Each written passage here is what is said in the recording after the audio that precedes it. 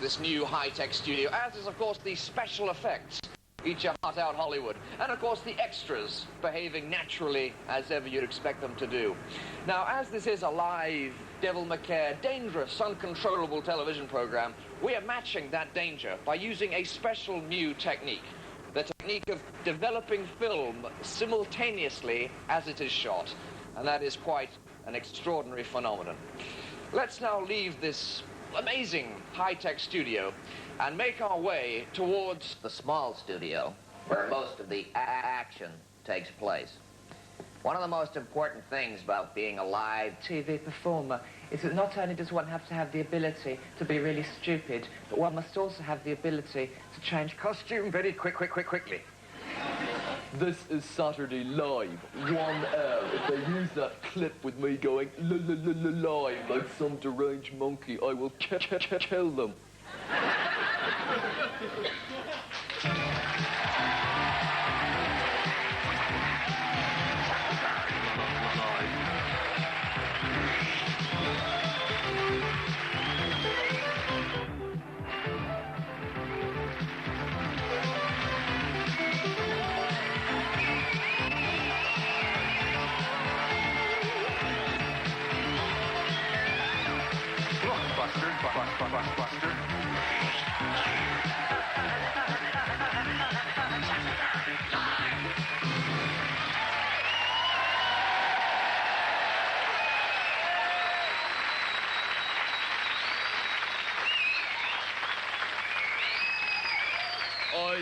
I told them not to do it. I'm totally fed up. Live. Shut up. Listen, I detested the Victor Khayyam adverts so much that I've totally stopped shaving. Shut up. Mrs. Thatcher urgently needs a new cabinet. I mean, doesn't she? There are only 7 members left. 4 of them are dead. 2 of them are terminally dim. And the other one's Geoffrey Howe. The Sinclair C5 of British politics. He's a complete gank. He's so dull when he walks down the street, the lampposts cross over to avoid the boredom. Please, if you have anyone who could vaguely be a decent member of the cabinet, please send them. Your dog, your goldfish. Someone who's died recently. Anyone would be better than what she's got at the moment. Please just send them in now. Here's Charlie Sexton.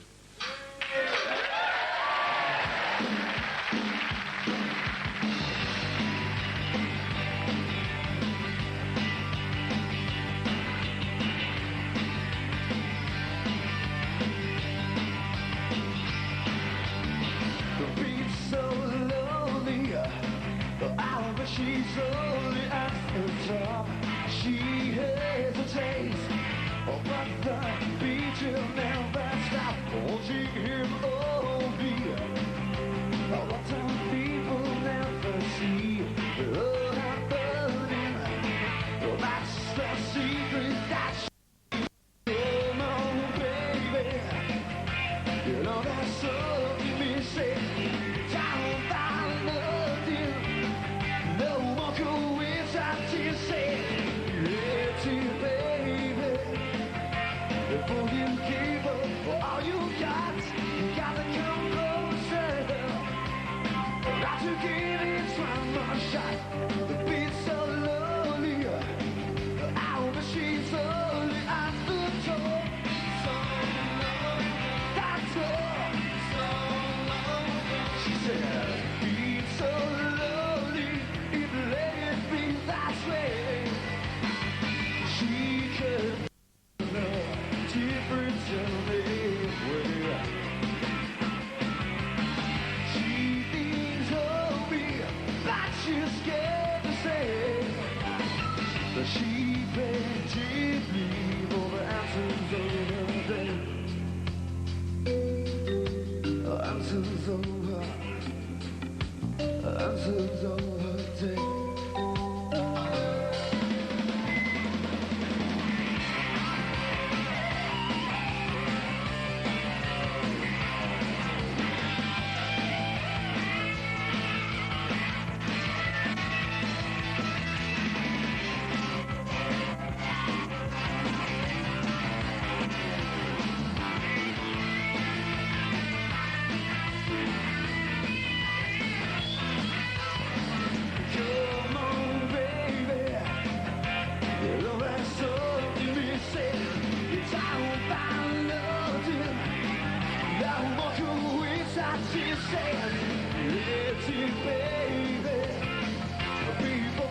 give up all you got.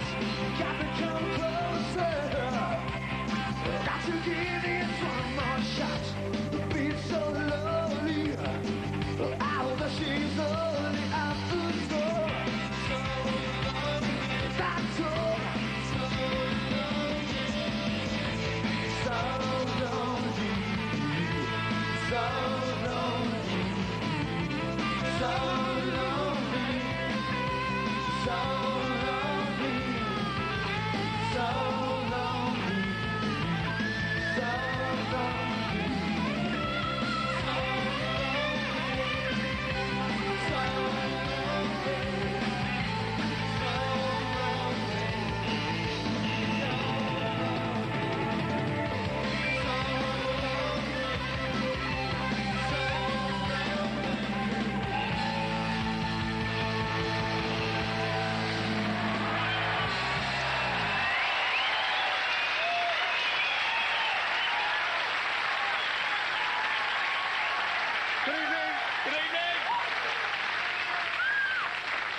Good evening. We are the Oblivion Boys. Oblivion Boys. And you're probably wondering why we're dressed up like this tonight. Yeah. So am I. Why are we dressed up like this tonight, Mark? Well, we were going to do some ballroom Oh, dancing. yeah, that's right. Yeah, I remember. That's right, yeah. We were going to do some ballroom dancing for you, then we thought, why bother, you know? What's the point? Neither of us can dance? No. You got a bit of a beer gut, haven't you? No, Valentine cards.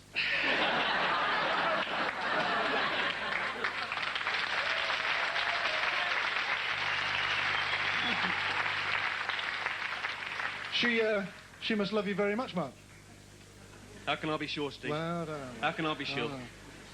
I've left the key under the mat, all right? She's coming round late. What are you doing? Left What the are key you under the doing? mat. What are you doing? Just telling Astrid, my girlfriend.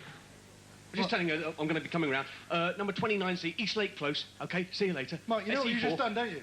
What? You've just given your address out over the television. I mean, anybody can get in now.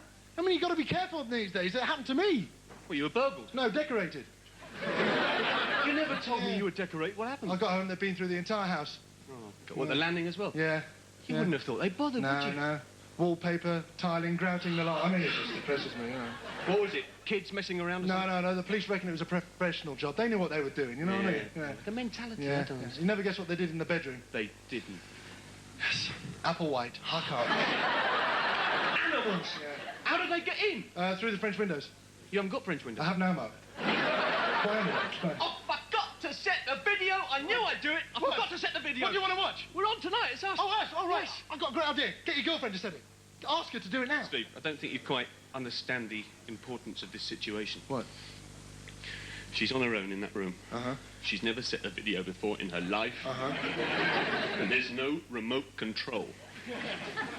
You're the only man who knows how to work that machine, Mark. You're going to have to talk her through it. You're right.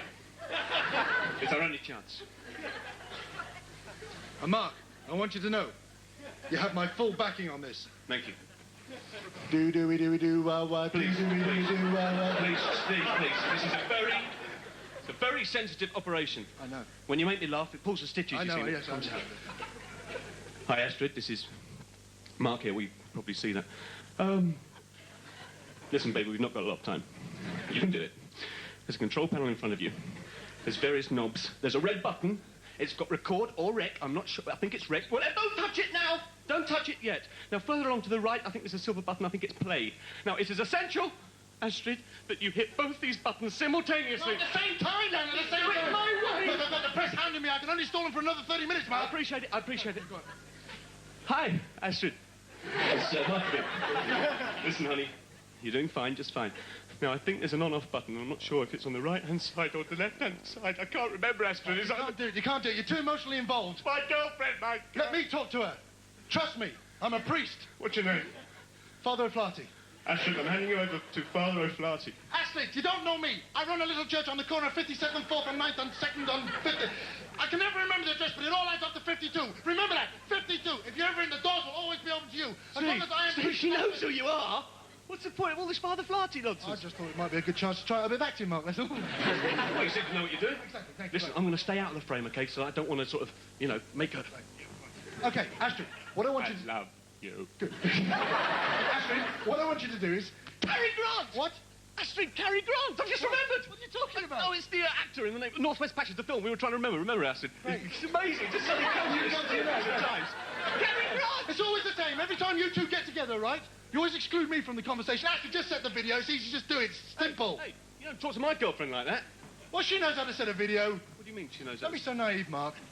What do you mean, naive? What? What's been going on between you two? I didn't want you to find out like this. What is been going on? Astrid, I want you to rewind it. Hit the rewind button. I want to find out what's going on. Don't hit the rewind button. Hit the rewind No, button. I want to see what's been going on. You don't have to do what he tells you anymore. Oh, I've just had deja vu. Yeah, I've had that feeling before. Yeah, me too. What the hell are we just talking about this for? I don't know, we're on in a minute. Let's get changed. Come on.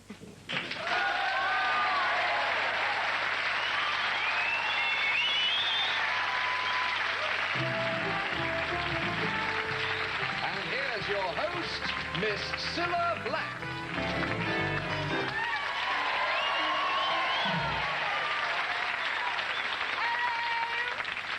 Hello and welcome to Blind Date again. Well, I've had a Laura letters from a Laura people, but I'm still hosting the show.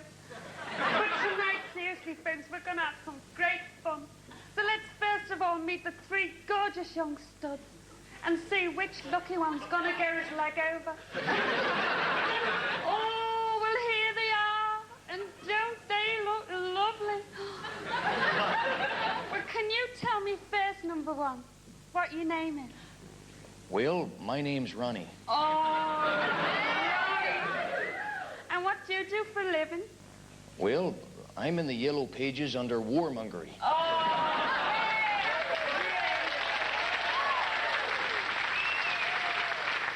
That's really great. And who's to the left of you? Well, Adolf Hitler, Mussolini, Genghis Khan. Oh, sure up. Now, what's your name, number two? Dennis. And who are you when you're at home? Well, at home, no one at all, really. That's why I keep on going out to the boozer as often as possible. Oh, that's really great. Now, number three. What's your name and what's your job? My name is Mikhail Kortman. You'll find me in the Moscow red pages on the double glazing salesman. In my country, we cannot be too careful. Well, that's great. And aren't they lovely? Now, you hunky lads stay there, and we're going to go over here and see the lucky girl that's going to pick one of you for her blind date tonight. She is. Doesn't she look smashing?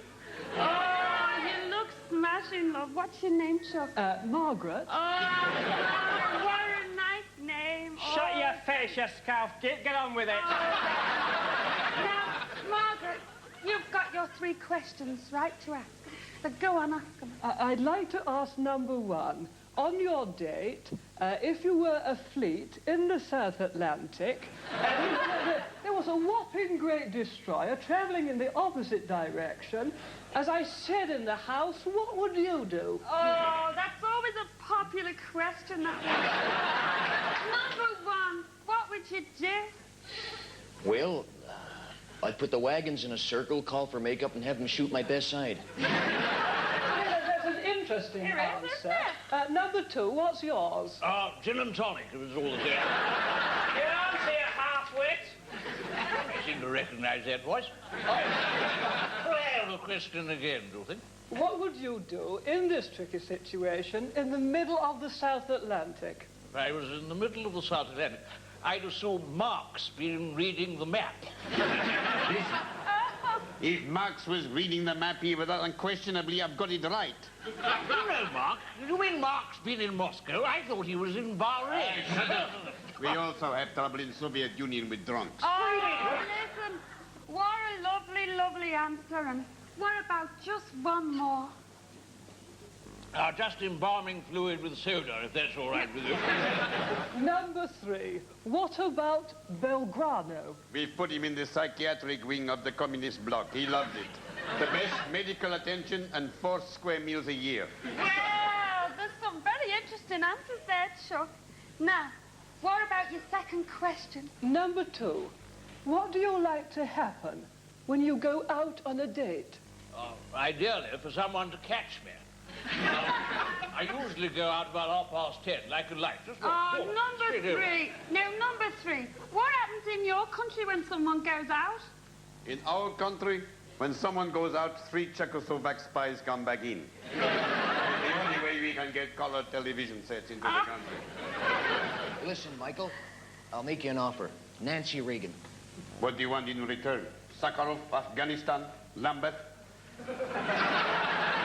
Just a thank you note. Oh, so that's it then. You've had your 3 questions, Chuck. Now it's the big moment of truth time. Truth? What has truth got to do with it? It's not a select committee, is it? Come on. Ooh, you're gonna pick. Oh, it's exciting, isn't it? Well, number 3 sounds like a devious, power-mad psychopath. He did. But, you know, there's still something about him I didn't quite like. And, well, number 2, it's the same again. Or indeed a glass of paint, strippers and soda, whatever you've got there. I'm going mad now. But, you know, number one has got a sexy voice. Oh, he had a And he sounds as though he could be a good kisser. Oh. So it's going to be number 1. Number 1. Oh, number 1. Well, that's great. Isn't that lovely? Number 1.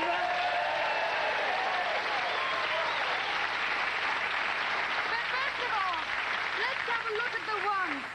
Let's see the ones that you turned down. You turned down number 3. Oh. And you turned down number 2.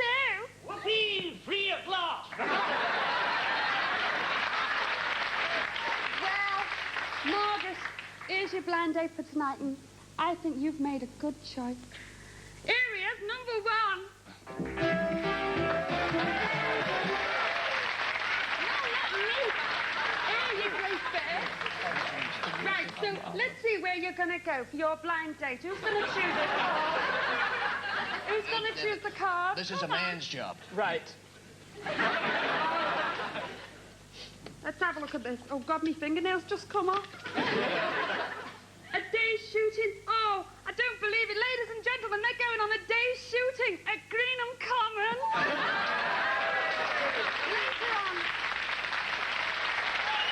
We'll be seeing how they go on. But for now, it's hurrah from me.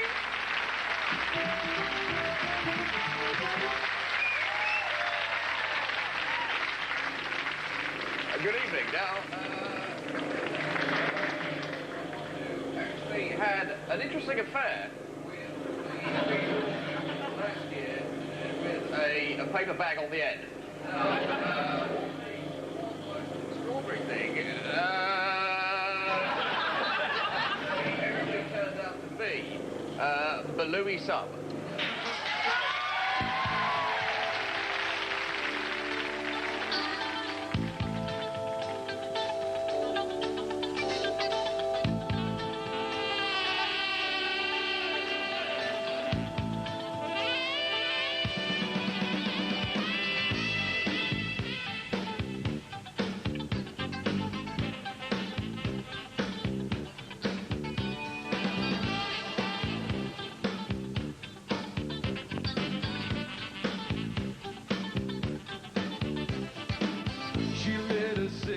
Both hands behind her back.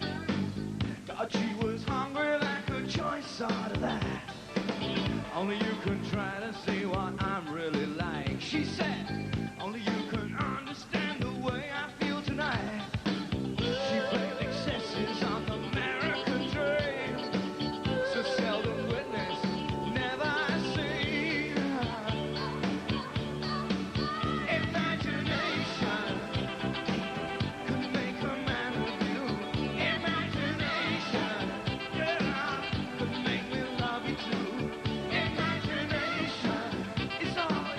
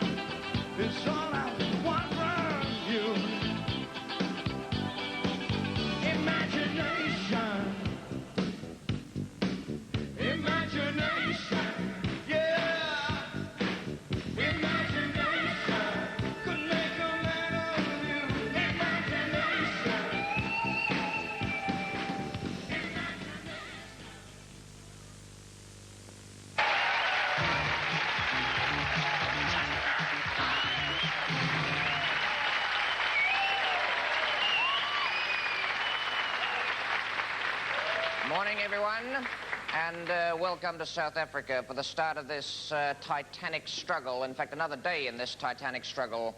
I use the word titanic because at the moment that's what this country is, a wreck.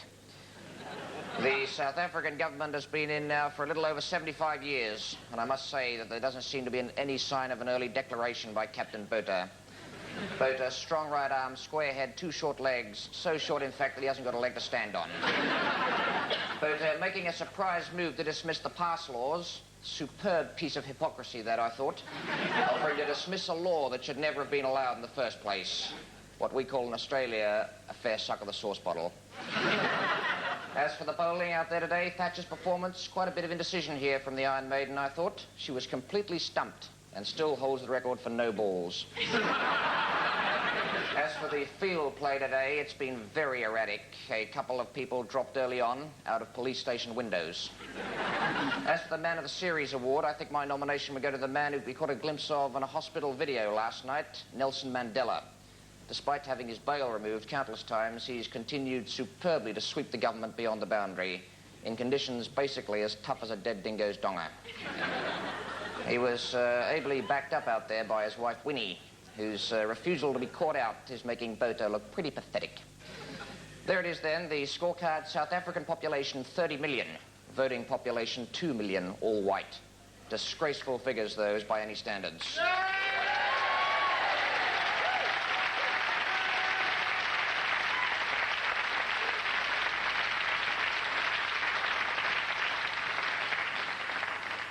No wonder they keep moving the side screens so no one can see anything. Finally, the authorities' performance in the match. The police came in from the tear gas works end, left arm round the wicket, firearms over the wicket, and a lot of wild shots with a .303. With that kind of attack, the prospects for fair play, I'm afraid, look very bleak. The light also looking pretty bad out there. In fact, I should say I don't think I've ever seen a government in such a bad light. Quite frankly, that's not cricket. I shouldn't be at all surprised if before long we don't actually see the ashes of a whole nation.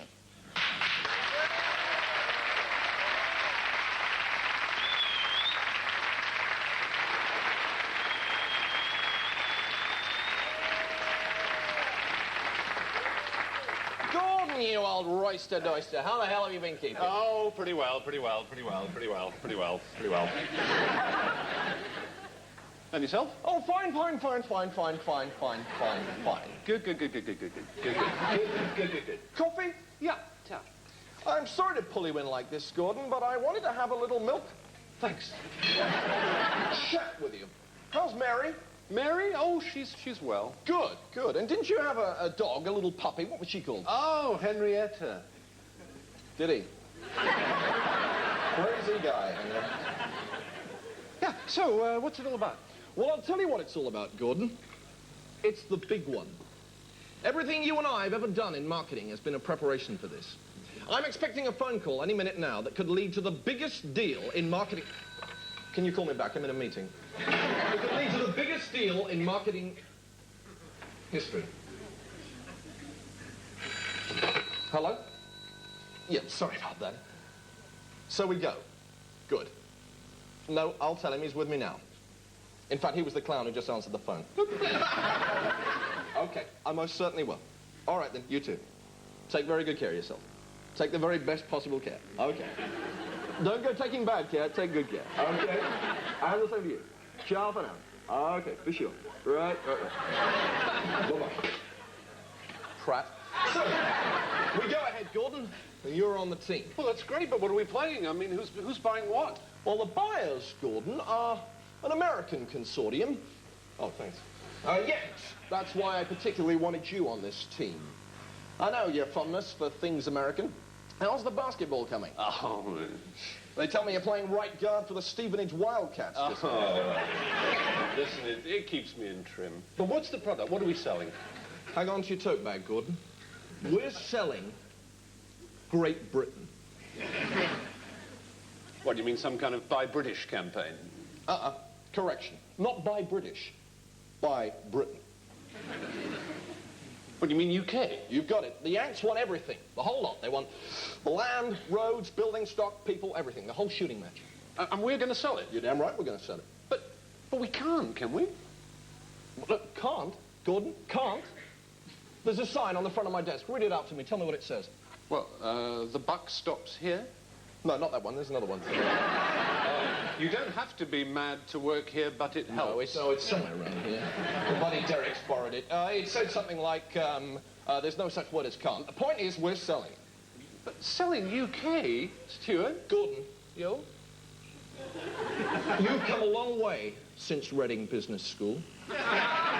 Don't go soft on me now. But UK is just a piece of capital, Gordon, like any other. It's got assets, it's got deficits. Look around you, what do you see? Well, you see waste, don't you? You see inefficiency, you see bad management. Not in here, out there, the country. You see an unmotivated workforce, don't you? Well, yeah, but if it's so bad, why do the Yanks want to buy? Come on, Gordon, wake up. Think of what we have here, all right? We have heritage buildings, do we not? We have a compatible language system. We've got an expanding royal family. No. Put all that together, what does this country add up to? The perfect conference facilities. Oh, so we're going to become part of the US, yeah? No, that's the beauty of the whole flotation, Gordon. The Yanks are happy to keep the existing image profile. Now, they just want to put in their own high-powered management team. They'll change the name. We've come up with Conference UK Incorporated. That's what we're going with at the moment. It's got a kind of ring to it, I think you'll agree. So, Gordon, views, comments, ideas, throw them at me. Well, come on, Gordon, if you're in, I need you hot. I just wonder, I mean, isn't it perhaps a little unethical? Ring, unethical. No, it's all agreed. Stock exchange rules all round. No, I didn't mean that. I mean, you know, what's going to happen to the people? Well, the Americans, no, they're happy. No, the British people. Well, the guys in the city, no, they'll make millions. No, I mean the British people, you know, John Ball. What's going to happen to the British people? Oh, the people? Yeah. Same as ever?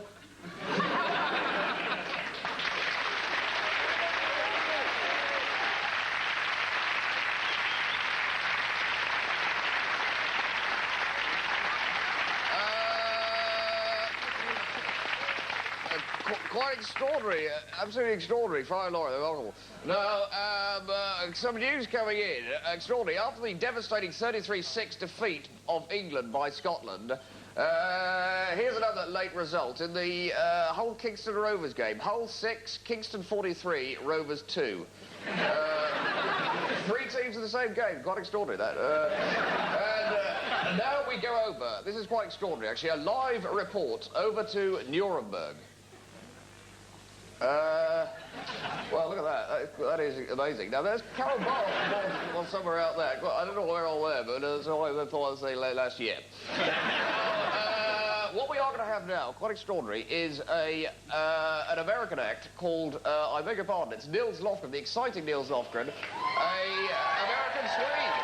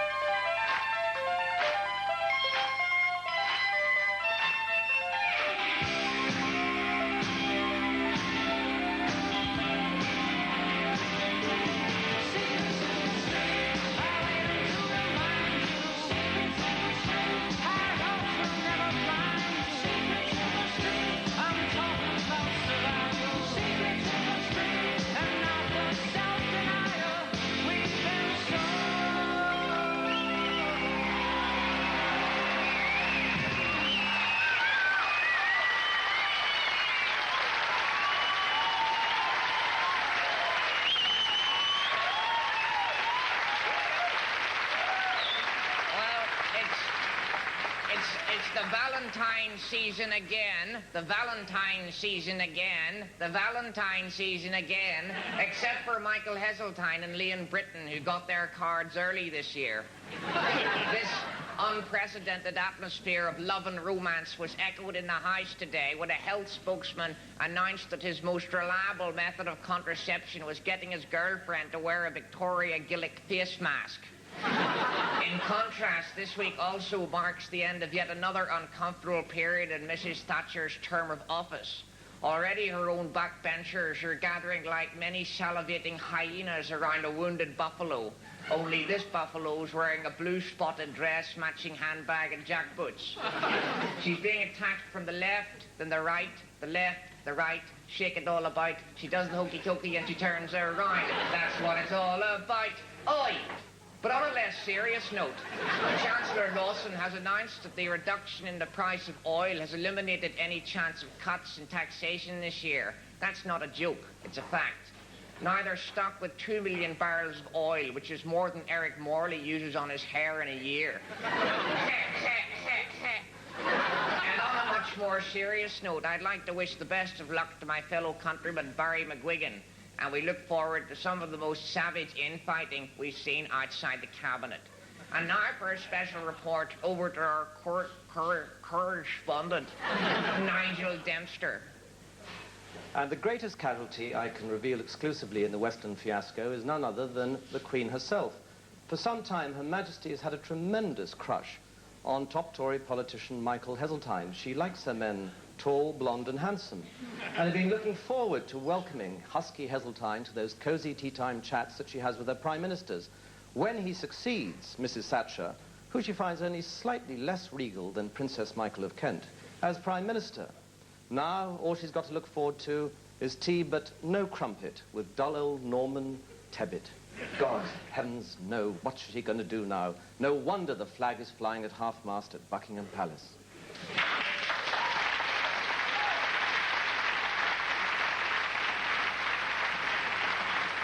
Now that is what I call a good impression. The voice was all right, but the face was a bit dodgy. Anyway, here's... That went down well. Here's Helen Lederer.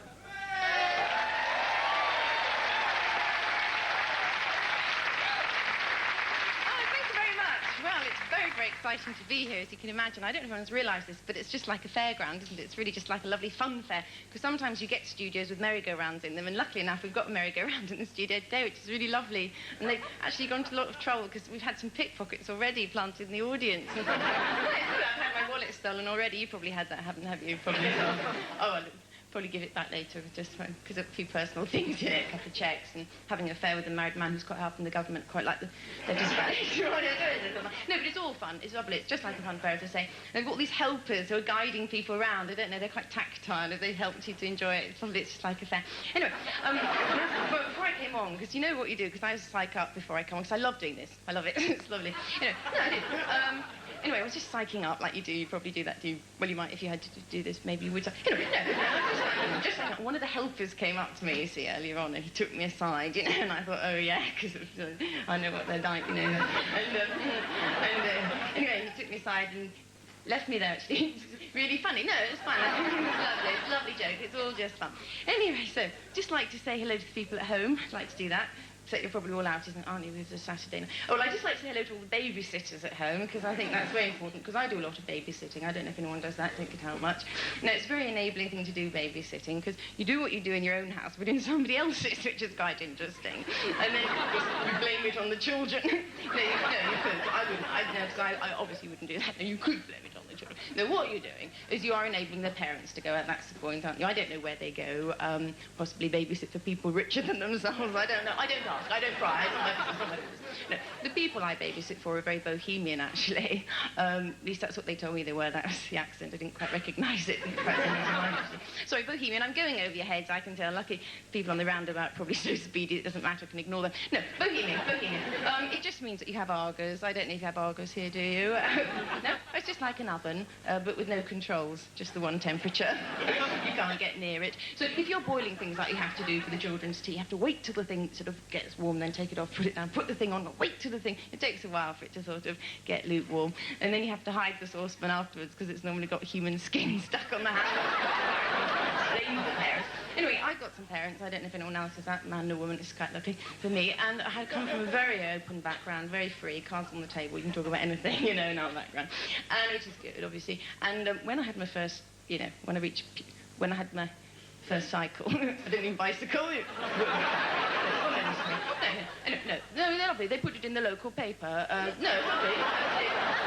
Ledger, Helen, congrats on your first, you know. Your mum, dad, and Uncle Frank. Wasn't my real uncle. Just used to... part of the family used to get on really well. No, it's lovely because everyone knew, and they came with the party, had cards, I started one today, and, you know, had a sticker on my mother's car, my other daughter's a woman. It was lovely. Anyway, no, it's lovely. And it was very hard to leave home, as you can imagine, when I finally managed to do it the next day. I had my first relationship. There's a lot of deception in that relationship because the person actually used to fake getting excited, which is fine, no, but I'd actually have to fake washing the sheets afterwards. Quite stupid thing to do. And he'd, you know, get out of hand, he'd fake having a headache, I'd have to fake being an aspirin. Anyway, I could actually talk a lot more about all the things I do, but it's just too exciting, we're just running out of time. So I've got a drink ready, it's hot milk and Tizer, I recommend that for Saturday night. Thank you very much, good night.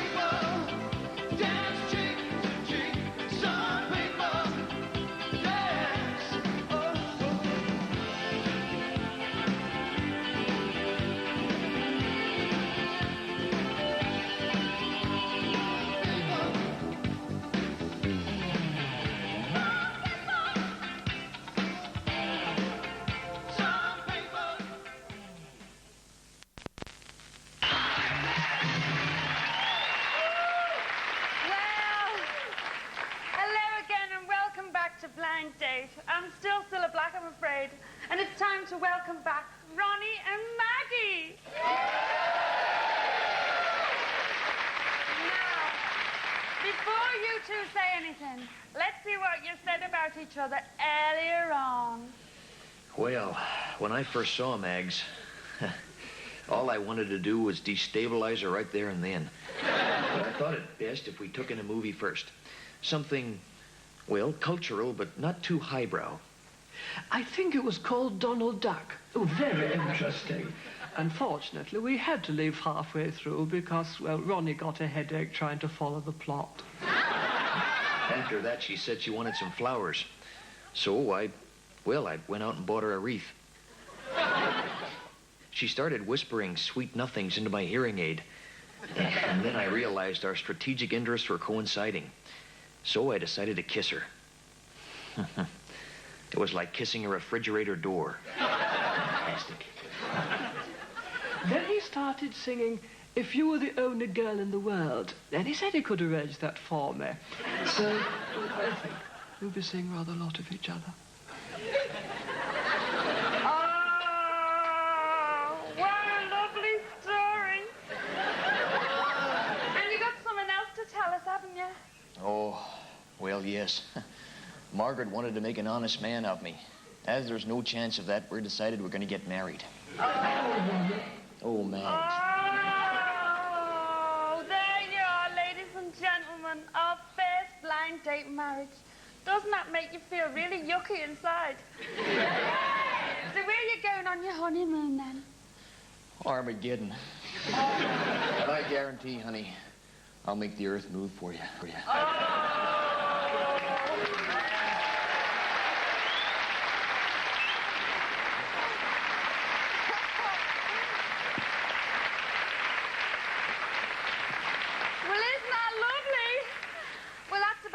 Blind date. I'll be back next week. Same time, same place, same shoulders. Here's Judy Toulouse.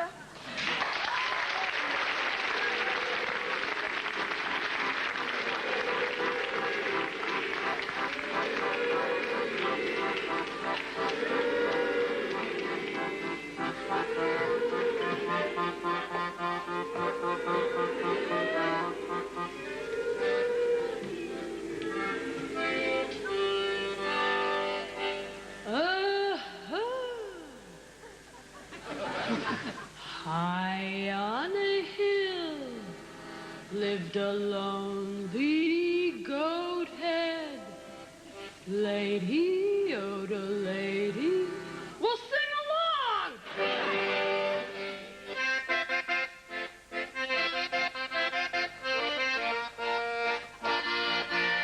you start me up. You start me up, you start me up, you start me up. Well, start me up.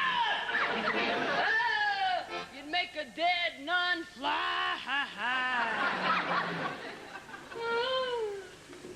You know, I'm a petite flower.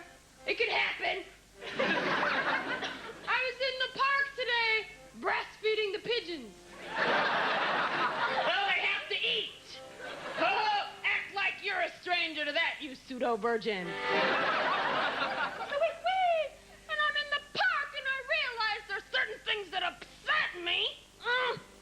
Like this guy who lives below me. He's a real hippie food freak alfalfa snout. And he comes up to me and I'm a petite flower. And you're begging to pollinate me. And he comes up to me and he says, Judy. He says, Judy. He says, Judy. He had an accordion too. It could happen. He said, Judy, Judy. Yes, he wanted to possess me. He said, Judy, I don't put anything foreign into my body. Like I'm asking him to snort a Filipino. Oh, the phone's for you, Seabiscuit. And then he says, oh, Judy, Judy, I want... No. He says, Judy, I want you to babysit my cat. And since I hate cats, I said, sure. He said, Judy, Tabby requires a lot of heavy petting. I said, okay. So I pet him heavy. And now he's a toupee.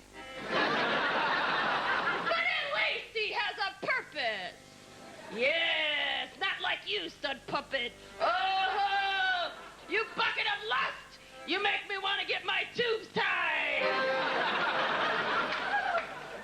I must put down my UFO. You know, I wanted to meet a sensitive guy like you, but with a pulse. So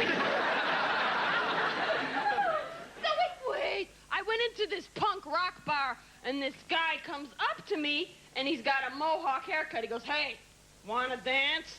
I said, "No, we've had enough rain, running bear." He goes, "You shouldn't talk to me like that, because when I make love, I turn into an animal." I said, "Oh, that's a step up." He said, "Judy, Judy." Yes, he became a group. He said, "It could happen." He said, "Judy, let's go out once. What do you say we go out once?" I said, "Well, to tell you the truth, I was looking for someone a little closer to the top of the food chain."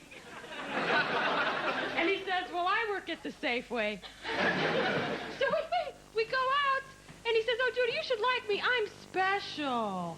I said, "Oh, great. I can read to you slow." This guy could be left alone in a room, and he'd multiply. Let's go back in time. Oh. You guys, you know what scares me? You know what scares me? Is when you're forced to be nice to some paranoid schizophrenic just because she lives in your body. No, she cannot possess me. And then you have to share your food with her and stuff.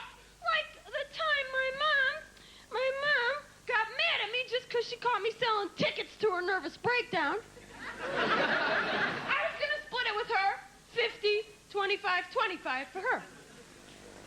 No, she sent me over to the museum, you know, and they have this security guard there who's like a fossil. She's in her mid-trillions. And she comes up to me, and I said, "Excuse me, are you the security guard?" And she goes, "Yeah." I said, "Could you tell me where the Petite Flower Giver Goddess ladies' room is?" And she said, "No, look for it yourself." I said, "Well, I was going by my sense of smell, but it led me to you." Thank you so much. You people mean nothing.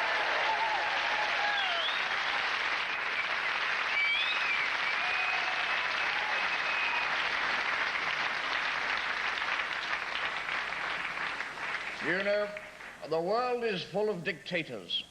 And you know why? Because Sandhurst was such a good school, that's why. Take Gaddafi. He went to Sandhurst. I remember him well. He was the only recruit on the base to have combat gear with designer twigs attached to it. He used to pull the wings off flies. As the course went by, I started pulling the legs off horses. Look at him now. I should have shot him at the time. And baby Doc Duvalier. I knew him, too. He was a cruel man. He used to beat himself up just for the fun of it. He was so vicious, I once saw him make a Centurion tank break down and cry. He was right-wing, you know.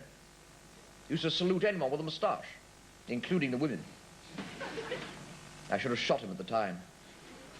President Marcos, he was there, too. I remember in one lesson we were studying World War II, and he was the only cadet to put the final score down as a victory for the Germans. I told him it wasn't a victory if you'd been totally humiliated and defeated. Marcos said it was if you lived in the Philippines. He was stupid, too. Oh, yes, oh, yes, oh, yes. Very stupid. One day, he tried to get the top off a hand grenade. Thought it was a boiled egg. Blew his brains out. Didn't do him any harm. He still became president. I should have shot him at the time. And Idi Amin. Remember him? Went to Sandhurst, too. Wasn't popular. One day we used him as a target on the rifle range, but even the bullets refused to go near him. I remember doing guerrilla training with Edie. He used to put on a fur coat and pretend to be a gorilla. One day a real guerrilla broke into the camp, saw Edie in his coat and tried to make love to him. In the end, we had to separate the two of them. The gorilla seemed grateful. Edie didn't. Should have shot them both at the time. Then, of course, there was Bomber Wilson, a born dictator. Dictators I've ever been in the shower with. I suppose you've never heard of him. Not surprised. I shot him at the time.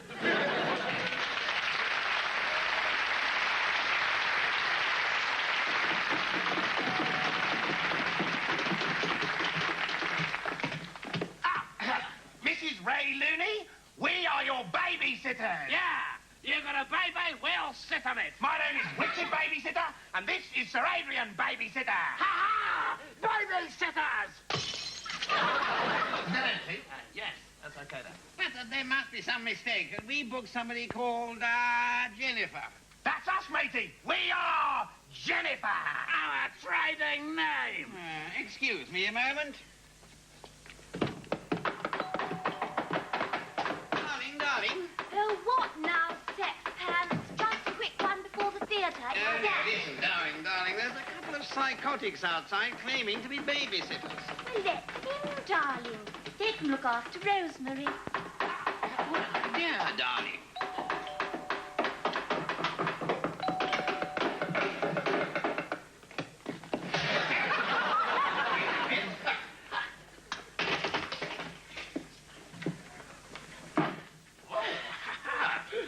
Hello, my name's Sylvia. Ah, Mr. Looney. Saucy babysitter. What? You saucy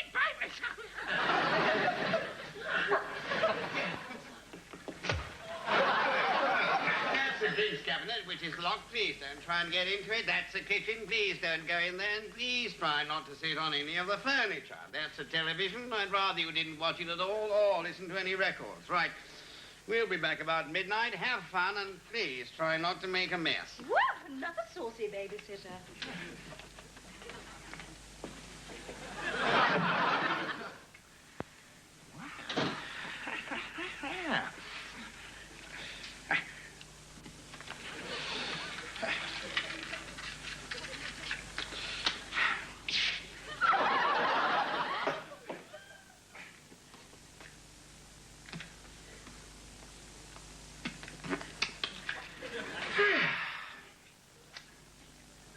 What are you doing? Try not to make a mess. How are we doing? Another 4 hours to go. Oh, God, I can't.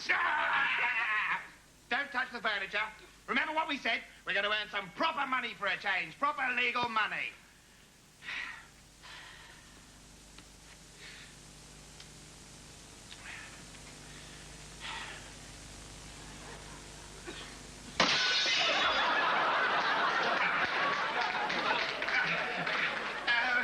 Oh, God. Get some sellotape. Get some sellotape. Get some sellotape. Sellotape. The kitchen. Kitchen. We're not allowed in the kitchen. No, just go in. I'll keep a lookout. But you've got to be very, very quiet. Very quiet. God.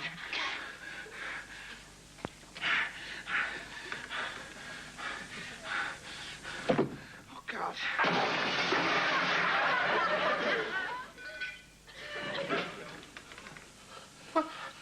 What was that? Give me the sellotape.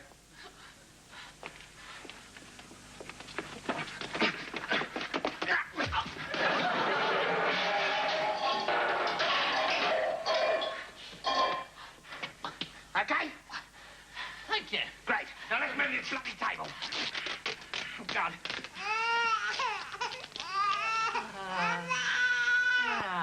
Oh, baby. Don't worry. I'm very good with children.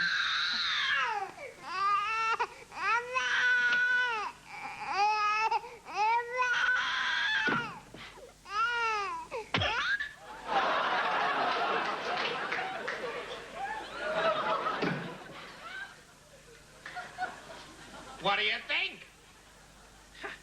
No one will ever know. Terrific. Let's have a drink. The drinks cabinet is locked.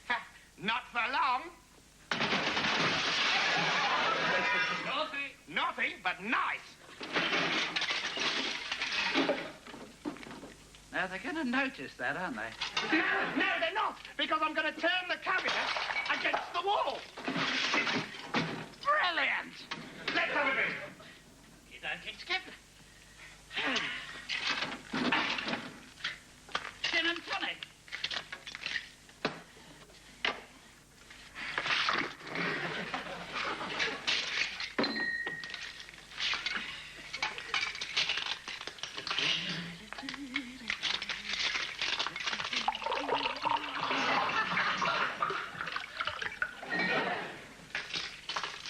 Large one?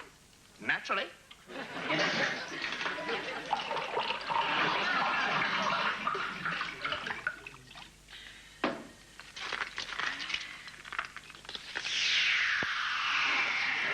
Tonic.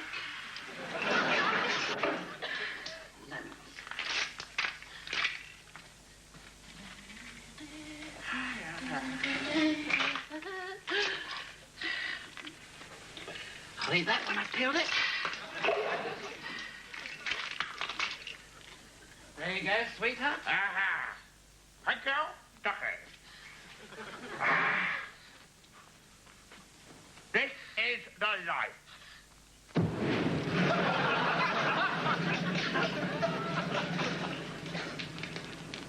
Oh, dear.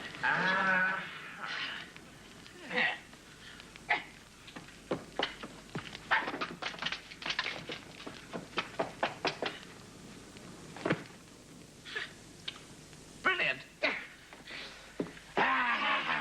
Cheers.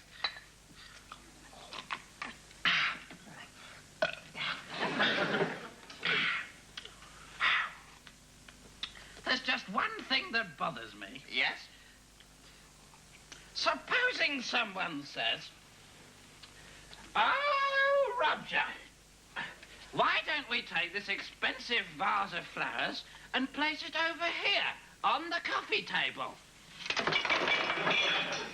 See, they're going to spot it then, aren't they? Yes, they are. Yes. There's only one thing for it. We'll have to blind everyone that comes into the house. Yes. Or option 2, we could replace the pane of glass from the coffee table with a pane of glass from elsewhere. Perhaps a window. I can see your point. Can you? Sorry. Correct me if I'm wrong. What you're suggesting is that we take a pane of glass from the window and place it on top of the coffee table. Correct. Brilliant!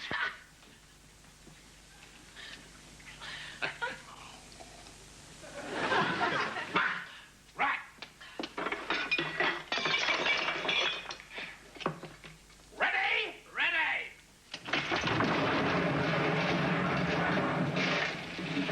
Such a great idea after all, really, was it? Get your plates ready.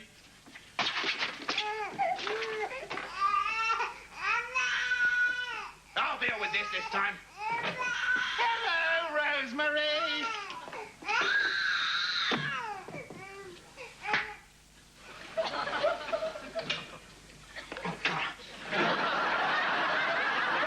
Buster, you've asked for it.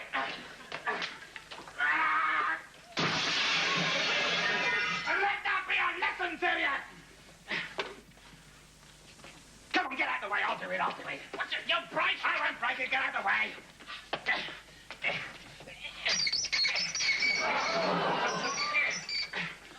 Look, I'll go outside to the garden and push it in from there. You wait inside, and when it comes through, catch it. Okay? Okie dokie. Matey. Young Sonny Jim. Follow me, lad. Ready? Ready? Right, here I come.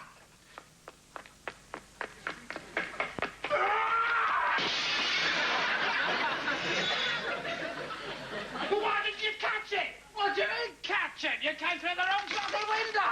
You stood by the wrong bloody window. Look, it doesn't matter. We still got one pane left. Correct. Why didn't you catch that one? I caught a bit of it. Look at the mess in this place. What are we going to do? It's been burgled. It's been burgled. In fact, burgle it. Burgle it. Burgle yourself. Burgle our house.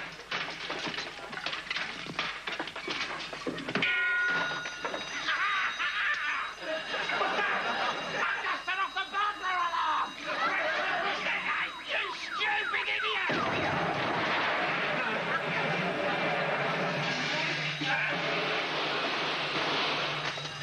Sorry, just went off in my handgun.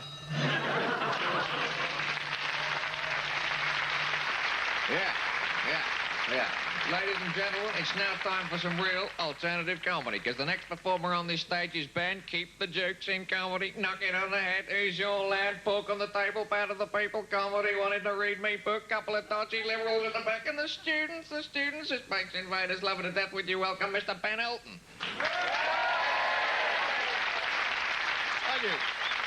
Thank you, Chris. Lovely impression. By coincidence, I was actually going to do my impression earlier, my impression of an idiot, but you've beaten me to it, so there you go, you know. Shouldn't have done that one in a warm-up, should I? You've all heard it already. Nice. You can see a comic dying on stage. Dig it, all right. No, but Chris is a serious professional, and he's constantly at work. I admire him. He's in constant demand at various job centres and magistrates' courts all over London. And, of course, he's a big star of Spitting Image. That's a well-known fact. He's very, very big on Spitting Image. He plays one of the puppets. And that's the reason he's looking a little bit edgy tonight, because he's not used to working without a hand up his bottom, you know. I mean, so you understand. But what I'd like to talk about today is jogging. Because I had a very unfortunate experience with a jogger the other day. I was jogged in Hyde Park. 1 second there was nothing. Next second this piston-limbed punter, chintzy little gold shorts. He's got a Sony Walkman wrapped round his head, playing Dire Straits. He's running in rhythm. He's got written across his tracksuit in studs, heavy muesli, and round his neck is a biro on a leather thong. Believe me, he's a hard jogger. And I wouldn't get out of his way, and he wouldn't get out of mine, because he's jogging and I'm not, and he's protecting his body, and I don't give a monkeys. So in the end, I lit up one silk cut in Hyde Park, one low-tar cigarette. I had Dunlop short tread stamped across my forehead for a week. There were 50 joggers going, oh, look, he's giving us second-hand lung cancer. Let's go and jog him. Boom, boom, boom. I wouldn't mind, but they had all arrived in Rover 3 litres, belching exhaust. I mean, there's so much lead in the atmosphere around Hyde Park, it's like strolling up the middle of a pencil. A little bit of social comedy goes down well. No politics tonight. We want a lot of violence and sex. Fair enough. Well, so do I. We'll have to wait till after. But anyway, one of the things that worry me about Keep Fit freaks is they're so obsessed with diet, and they insist on pushing it down your throat. You know, I mean, like the sort of person who eats one jelly tot and spends the entire afternoon going on about how naughty they've been, you know. Being naughty. Basically, nobody cares, you know. And they've changed our diet, health freaks. I mean, the world is now awash with coleslaw. Coleslaw, not cold sores, but coleslaw, salad. Everywhere, coleslaw salad, ruining our eating habits. My local boozer has been turned from a very nice pub into a wine bar. Ruined it. You go in there, there's this huge glass coffin heaving with quiche and ham pie and coleslaw and various assorted salads. Any old root crop, bung a bit of mayonnaise on it, charge £1 a portion. Nice one, eh? Turnip salad, carrot salad, any old salad. Hey, having a party, spread a bit of mayonnaise on the grass, the buffet's on the lawn. It is diced cabbage. Coleslaw is diced cabbage, believe me. I mean, we used to leave it when we were at school, you know. Stuff it under your knife, but now we're all eating it. They must be wetting themselves up in heaven, all the dinner ladies going, oh, you're eating it now, aren't you, middle-class brats? But the real problem is fast food. That, for me, is the real problem, not coleslaw. Why is it that no matter how much you crave a 3-tier big Whopper burger, a real one with all the sesame seed and the sauce, you always feel ill afterwards? Always, even though you want it. I mean, I think they drug them. I think they put a little drug in, you see, to make you crave them. I don't never mind an anti-heroin campaign. Let's have an anti-fast food campaign, eh? They told me how good a big king-size double-decker would make me feel, but not how bad. Why is it that everybody everybody who works down fast food jobs seems to have terminal acne. It's all in it. Rows of people in little paper hats serving you with zits all over their faces. What's that about? Is it a staff requirement? Sorry, you can't have the job. You're not spotty enough, you know. I think that's how they do that special sauce that they put on the big, you know, the king. Oh, there we go. Nice one. Bit of a sick gag, of course. Never mind the politics. You like it sick, eh? And when, of course, they do get their job, when they get their job and they get trained in American marketing techniques, because we've all got to be like the Americans now, American marketing techniques, they like to say, hello, have a nice meal, have a nice day, enjoy your meal. They don't understand that in Britain we like the direct approach, you know. Here you are, what do you want, sod off, you know what I mean? Because we're not hypocrites over here. But basically, fast food is rubbish. I don't know why they don't just flush it straight down the toilet, cut out the middleman, eh? That'd speed things up a bit, wouldn't it, eh? You go in your local burger, Whopper King, whatever, you go in there with a lovely seat shaped like ski slopes, eh? Burp once, wallop, you're under the table, eh? Very inviting, and you've got the burgers in the plastic boxes, don't know where the burger stops and the buck starts, eh? One blind bloke just ate a lot, didn't notice, you know. And then, of course, you go up, flush us a couple of Big Mac and fries down the toilet, will you, John? He says, sorry, sir, no can do. The YouTube's blocked up with diced gherkin. We're only serving liquids. Have you seen a fast food version of a liquid? You need an industrial suction pump to get it up the shore. People wandering around with bleeding ear holes because they've been sucking too hard. Everybody sucks together and all the windows cave in, eh? Imagine thousands of gallons of that floating out into the ports of Britain, eh? Ports of Britain clogged by a giant strawberry slick. Government complain there's no room for the radioactive waste. Yeah, a bit of politics. Good night. My name's Ben Elton. Thank you.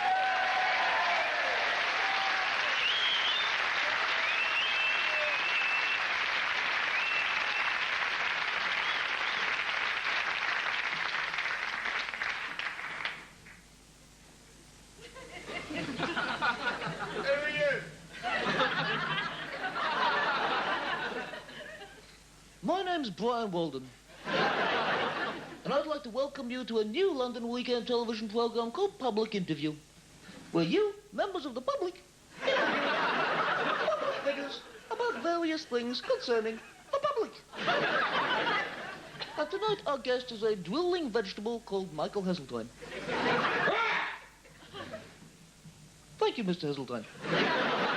We now have the question which is conducted this evening by two comedians, one of whom is extremely short. Now, look, no, don't. No. What? No, good heavens. What I want to do tonight, you know, I would... No, good heavens,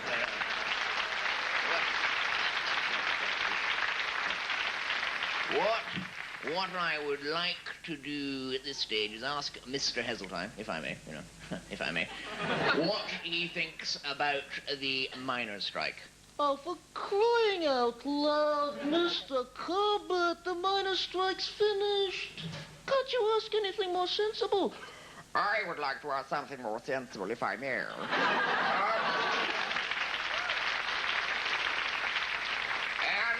It concerns the peace in our world, yes. I mean, at home, we talk about politics, yes. We talk about politics, we talk about unemployment, but the world is in danger of being destroyed totally. Why can't we disarm? On both sides, west and east, why can't we disarm and make way towards a world where everything smells of wildflowers, where people gaily dance through the meadows humming tunes, where vicars wave from their bicycles at the wonderment of life in a peaceful world where our very excrement smells of wildflowers? Well, go on, Heseltine, answer the question. No! I don't want a world where everything stinks of wildflowers. Where people go down the streets gaily singing "Aren't the Birds in Tune?" I don't want that kind of world. I want to hear the whine of turbo diesels as they transport their missile-filled armor across the landscape.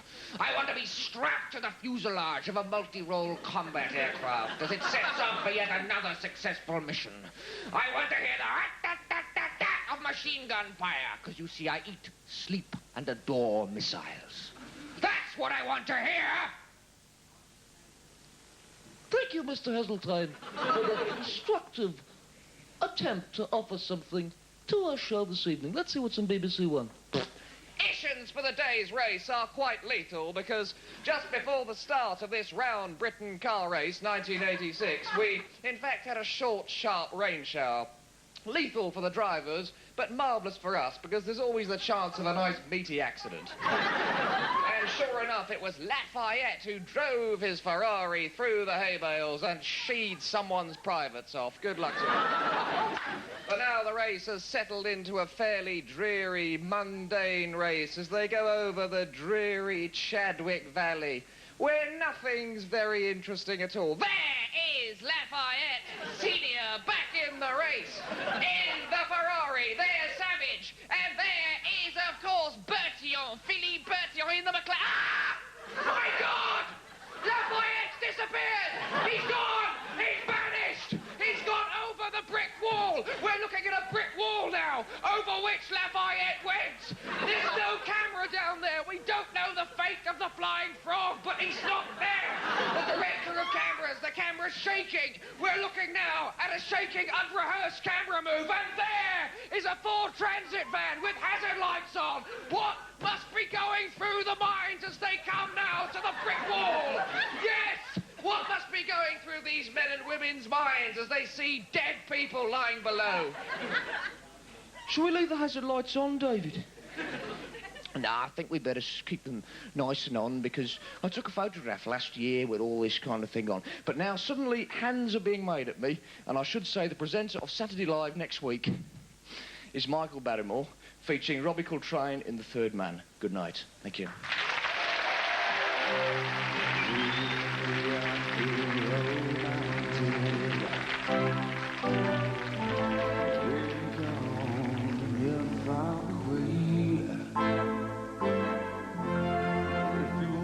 To remain romantic. These are the things you've got to say.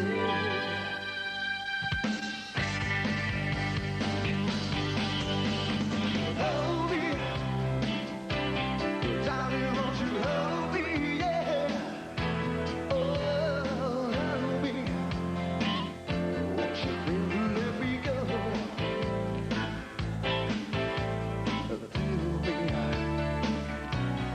Darling, won't you take me and live to say